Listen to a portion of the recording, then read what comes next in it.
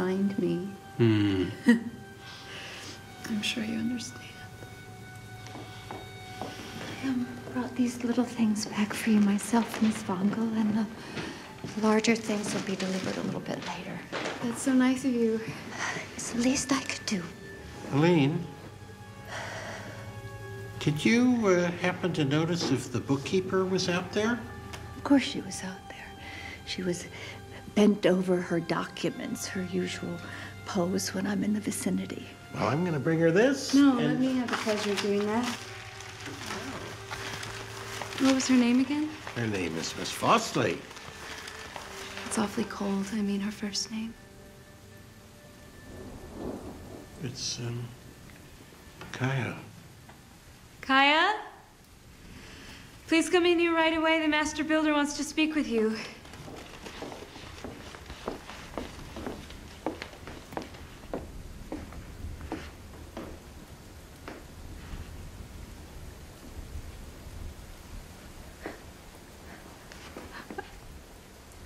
Yes? Kaya, you can take these now. The master builder's written various things on them. So, bring these to Old Brovik as quickly as you can. Yes, I will. So Ragnar will have his chance to build something. Would it be all right then for him to come over and to thank you right away? Oh, no. I'm sorry. I don't want any thanks. Why don't you just send him my greetings and tell him that specifically? Yes. All right. And you can also tell him that I won't be needing him here from now on. And I won't be needing you either.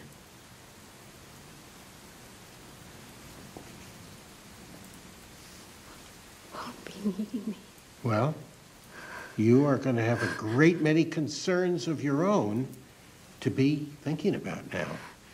Thinking about and taking care of. So I think you should go home as quickly as possible with the drawings. The sooner the better.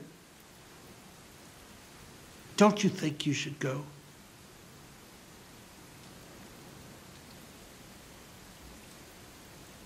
Yes. All right.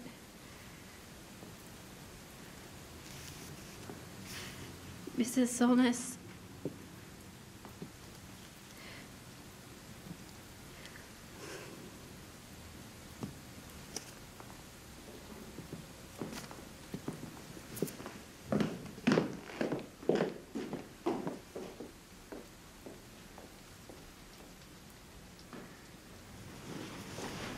You really gonna let them go? Oh, yes. But I don't want you to be thinking about any of that now. I just want you to be thinking about the fact that we're going to be moving into our new house. And I want to make that move as soon as possible. We are going to raise the wreath today. We'll raise it up to the top of the tower. Now, what do you think about that, Miss Hilda? It will be unbelievably beautiful to see you high up in the sky again. Me? No. My God in heaven, Miss Vogel, don't even think such thoughts. My husband, he suffers from the most terrible dizziness. Your husband suffers from dizziness? No, he doesn't. He does. He does. But I saw him myself on top of an incredibly tall church tower. I've heard people telling that story, and it's absolutely impossible. Oh, yes. It's absolutely impossible. And yet, well, I actually was up there. Alfred, how can you say such things? You can't even go out on our balcony here one flight up. And that's the way you've always been. Well, you might perhaps have the opportunity to see a different side of me today. No. God save me from that. That's something that I won't see. Because I'm going to write a note to the doctor right this minute, and he will definitely persuade you not to do it. Oh, Elaine. No, because the way you're talking, you really are sick. You are, Halford. It's the only explanation. You're sick.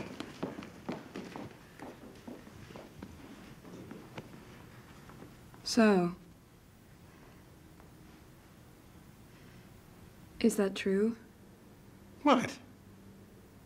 That I don't like high places? That I get dizzy? Yes.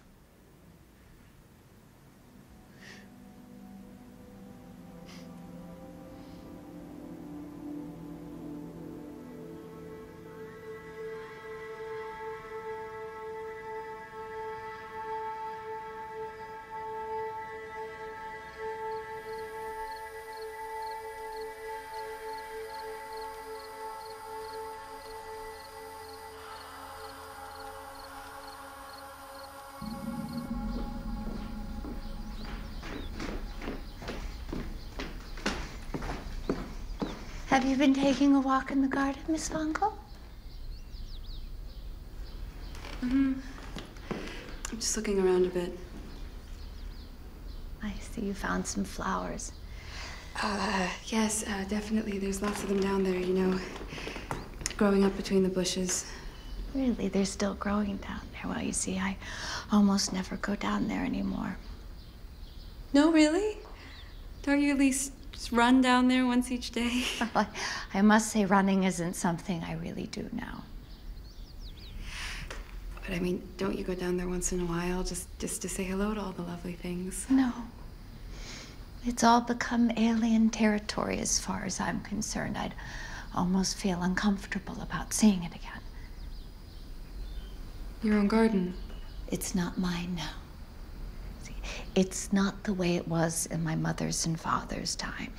They've gotten rid of so much of the garden, it's pitiable, really. I mean, imagine what they've done. They've parceled it all out, and they've built houses for strangers, houses for people that I don't even know.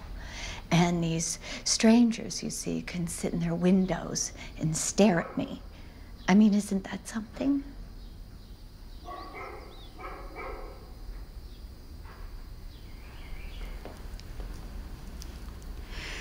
Mrs. Solness? Would it be all right if I sat with you here for a short while? It would be very nice if you feel you'd like to.